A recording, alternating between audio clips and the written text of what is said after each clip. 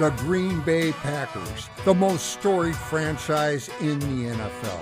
Great teams and elite players fill the record books, but only a select few receive the title of Hall of Famer. World champion, Green Bay Packers. The 2023 class of the Packers Hall of Fame is no exception to greatness. This year, we induct longtime teammates and fan favorites. A grizzled offensive lineman and team leader. Chase, start fast, finish hard. 1, 2, 3. And one of the most prolific receivers in team history.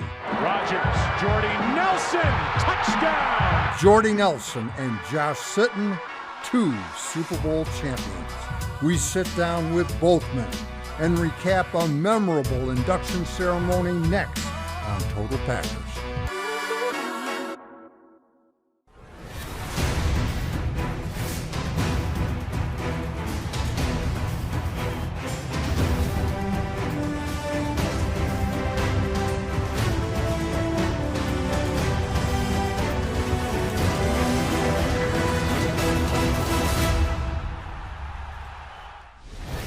Hello and welcome to the Total Packers Hall of Fame special presented by Software One. I'm Larry McCarren. Yours truly has the privilege of serving on the Green Bay Packers Hall of Fame Selection Committee. And I can assure you this year's class, Jordy Nelson and Josh Sitton, was a slam dunk in every respect. No discussion required, no ifs, ands, or buts about it. Just nothing but yes, folks. It was a short meeting. Let's start with an up-close and personal conversation with Jordy, who ranks top 4 in team history in receptions, touchdown receptions, and 100-yard receiving games. Oh yeah, he's also the Super Bowl champion.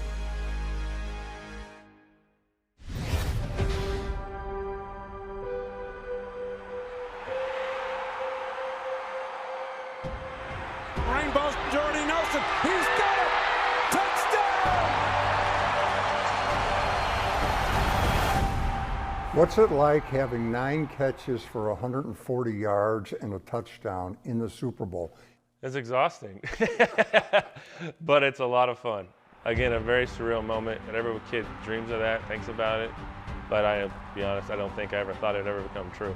Thinking about getting 20, maybe 30 plays in that game, limited opportunities, then unfortunately Donald goes down and the whole thing changes. Going from playing that little bit to playing every play, and took advantage of most of my opportunities and was able to help us win a football game. I've always thought that great players, like you were, see the game in color while the rest of us kind of see it in black and white. Do you think there's anything to that? I do, and I think I'll add a little bit to it. It was like, to me, like the color would be the details of how you see it as a big picture on film, how you see it as you line up on a line of scrimmage. Are you seeing it the same way that your quarterback's seeing it? There's a lot of tells in football. I try to explain, especially now that I'm coaching a little bit, like the game is very hard to play, but it honestly isn't difficult. It's very basic, it's very fundamental. You just have to be able to go do it. And if you know the details, if you know it inside and out, you'll be successful. Touchdown of the pylon. A sensational fingertip catch. I saw a video of you walking off the field after some terrific game, and the people are going nuts and so forth. And honestly, you almost looked embarrassed. Were you embarrassed by all the adulation that you got? Were you embarrassed a little bit? Because that's the way you looked. Attention's awkward sometimes. The fans here were incredible and they would go crazy, especially after a big win. But yeah, it can be uncomfortable. Like so many of us just want to go out and play the game and do what we're supposed to do and win the game and go home and hang out at the house and watch more football.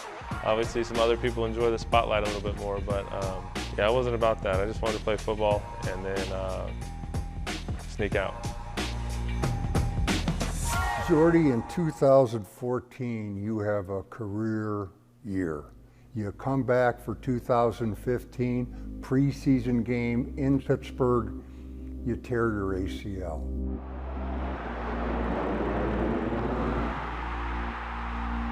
Packers in scoring range, trailing by 3.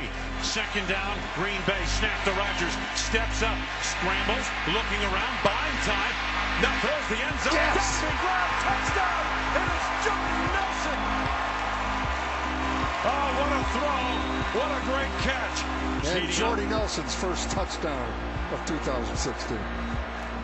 In 2016, you win the NFL Comeback Player of the Year award with 1,257 yards, 97 catches, and a league best 14 TDs.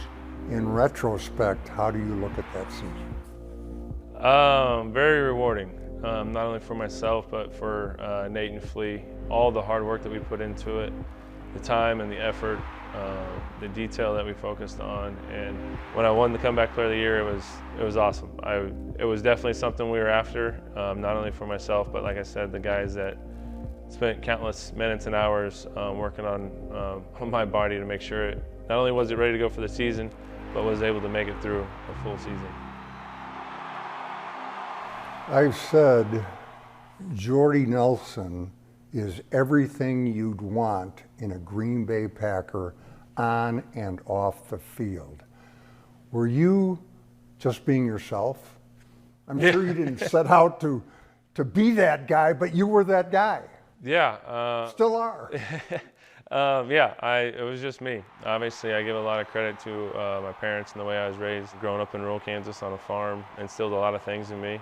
Nothing changed after I got here, after 10 years here, and even now. It's the same old guy that goes home and farms and coaches his kids. So,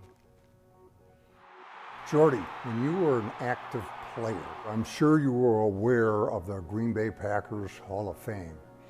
Did you ever think in the sense that, hey, that'd be pretty cool sometime?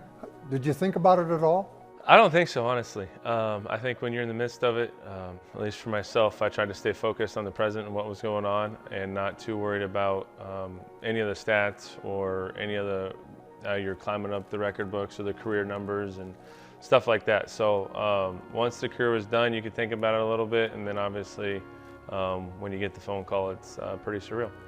Knowing enough about the Packers' history and the players that have came before, even some that I played with, and some of the all-time, not only Packer greats, but NFL greats. To be able to kind of go into a room with them and a select group is pretty cool, very humbling.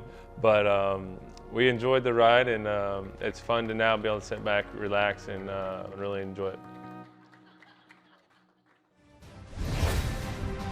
After the break, a conversation with the other half of this year's Hall of Fame class, Josh Sitton. Is the best Green Bay Packer offensive line group chat still active?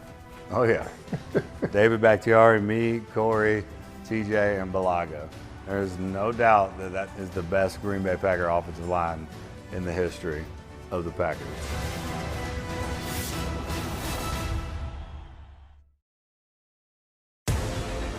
Guys had to step up and play. It's all about opportunities. Look to the end zone, rainbows, Jordy Nelson, he's got it! Touchdown! 29-yard touchdown pass. Left side going for Wallace, intercepted on the underthrow by Collins, weaving his way to the 5, leaping end zone, is the touchdown! 56 seconds to go in Super Bowl 45. He looks, he throws, it settles right off the hands, and there is your Super Bowl dagger! Green Bay is Titletown, USA once again. Welcome back to the Total Packers Hall of Fame special. For 8 Packers seasons, I watched Josh Sitton's game with envy. As a pass protector, he was an immovable wall. And as a run blocker, he was a road grader. You might want to grab a helmet, because we're about to go one-on-one with Josh Sitton. Josh, you're looking very, very handsome and very clean cut, but as a player, You were a little unkempt. I mean, you looked wild and crazy with the long hair and stuff. Was there a method to the madness? Did it make you feel wild and crazy? Oh yeah, absolutely. It was all a BS persona. When I first got drafted, I was like, all right, well, I'm going to Green Bay so I can grow my hair out because it's gonna be cold up there. I can grow my beard out, it's gonna be cold up there. When I hurt my shoulder my last year and I got my hair cut, and I was sitting there like, my hair. But yeah, I look pretty damn good now though. Going into the Green Bay Packers Hall of Fame, what's it mean to Josh Sitton? The number one goal was, let's make an NFL roster, okay? Once I did that, I thought, all right, I think I can play for a long time in this league. And somewhere in that time, I started dreaming that I would be, on the wall somewhere here in this building. I actually saw every game you played up here, and the thing that jumped out is you were good at one-on-one from day one. Did that give you a lot of confidence? When I realized that I think I could play for a long time in the league was our first day of pads at training camp. And I whooped Cullen Jenkins, and I whooped Ryan Pickett, and I whooped Johnny Jolly, and I whooped the next guy. And I went 10 for 10 in one-on-ones, and I was like, oh, I think I can do this. Is the best Green Bay Packer offensive line in history group chat still active? Oh yeah. David Bakhtiari, me, Corey, TJ, and Balaga. There's no doubt that 2014 offensive line is the best Green Bay Packer offensive line in the history of the Packers. According to Pro Football Focus, in 2014, your pass blocking grade was 94.9, which is the record for an offensive lineman of any position. Did you actually get to the point where you liked pass blocking? Every offensive lineman loves run blocking, right? That's what you get excited about. You get excited about pancaking somebody, drive blocking somebody into the end zone. And we ran the ball a good bit when I first got here, but then Aaron came on, and so the philosophy switched and our strategy switched. When you're winning 12 games a year and Aaron's throwing for 1,000 freaking touchdowns a year, like how do you not use that, right? So you just get better and better at it because you practice it so much. James Campman freaking taught me 2 or 3 little things that changed the way that I played football. 2 or 3 little things, I can't give him this big bucket of credit, but I can give him this friggin' that much about pass blocking that he changed in my game that totally shifted how I did it. Hey, we got a lot of momentum now. Keep using it. Use it as fuel. Speaking of which, you selected your former coach in Green Bay, James Campman, as your presenter. Could you talk about that? There's guys that you have that, really, really care. And guys that know how to reach a room, know how to reach into your soul. And James was able to do that. He was able to put his heart out there, which taught me that I could do the same. I could put myself out there. He was one of the biggest reasons I'm sitting right here. I couldn't say enough about him. Love the guy, one of my best friends ever, and just an incredible coach and an incredible friend. I'm so honored that he'll be here presenting me. You also played for the Bears and the Dolphins during the course of your career. How did that compare to playing for the Green Bay Packers? I loved my time with Chicago and Miami. The one thing that makes the biggest difference playing for Green Bay is no matter what, the only thing that matters here is winning championships. And that culture was instilled in me right away, and you knew it right away. And it just does not feel like that at other places. And you definitely feel that here, and you know that here.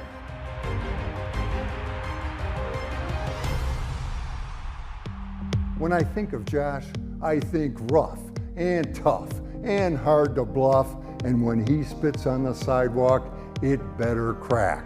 But he's also real smart and at times even sentimental. Let's go to Josh in his acceptance speech at his induction into the Green Bay Packers Hall of Fame. When I was in kindergarten, we had a class assignment to write down what we wanted to do with our lives. I said I wanted to play soccer because I was really good at it and humble, I guess. I wanted to play baseball because it was my favorite sport. And I wanted to play football for the Dallas Cowboys. Boo! I didn't get to play for the Cowboys, but I did get to win a Super Bowl in Cowboy Stadium.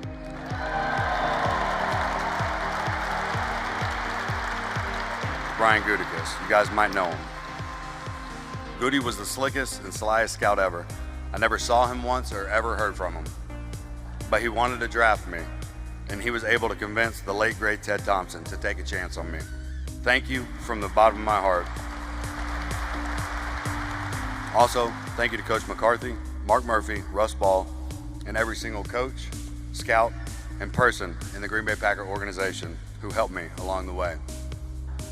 I had the honor of playing next to 300 or 400 players in my time. Don't fact check that, I completely made that up. Thank you to every single one of you who daily made me a better player and helped me achieve our goal of winning a Super Bowl. And Jordy, thank you for being a leader who I looked up to. As a player and as a man, I couldn't have a better person to come into the league with and enter the hall with. Kristen, I would be absolutely nowhere without you, because you were always out in front, leading me and teaching me how to be a better man and showing me how deep my heart could love someone. To my beautiful, smart, and funny, and loving children, thank you for always being the reason I wanted to have this career. You've always been the inspiration that has driven me to chase my dreams.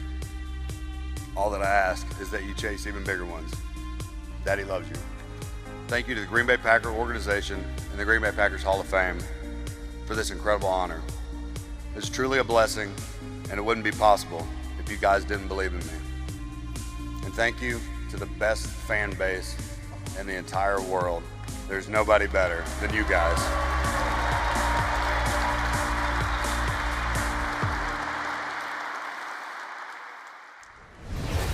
Jordy Nelson takes to the podium next at our Hall of Fame banquet. Before we break, let's recognize the other award winners from an amazing night at Lambeau Field. You're watching Total Packers.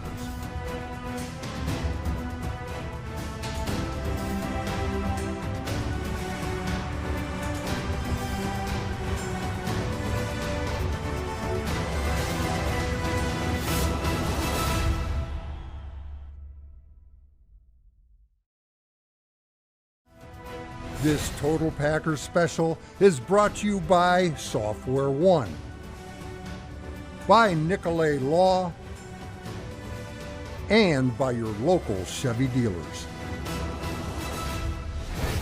Welcome back to the Total Packers Hall of Fame special.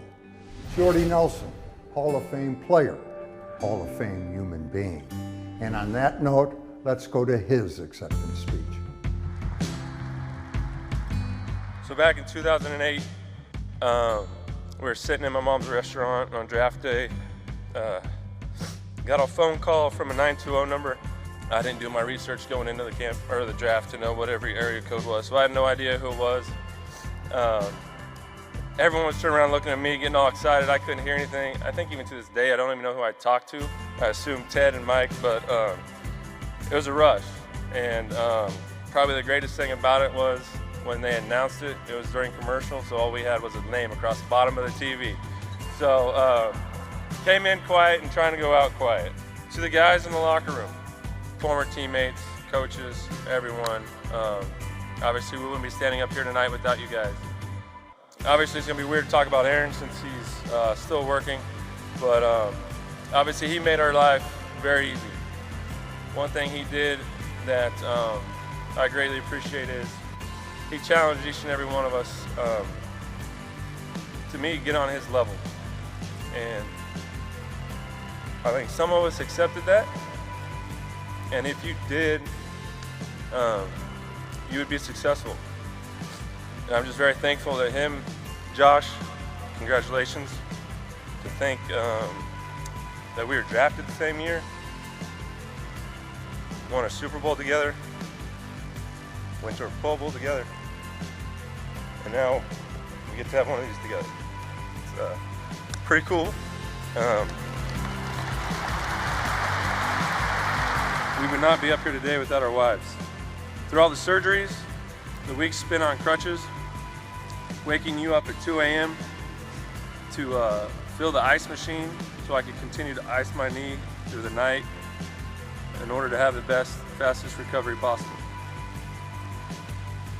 We had a schedule and a routine every week. You allowed me to do whatever I needed to do in order to practice the next day and be ready to play the game on Sunday. Like I said, without you, I for sure would not be standing here tonight. So thank you, and I love you.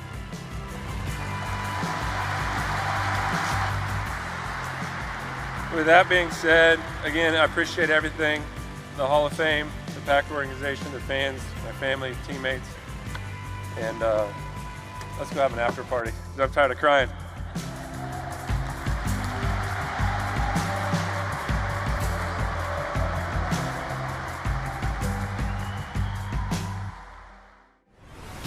Jordy Nelson and Josh Sitton, two of the very finest ever to wear the green and gold, and now they've taken their rightful place among the best of the best in the Green Bay Packers Hall of Fame. That's it for our Total Packers Hall of Fame special. Thanks for watching, and until next time, take care.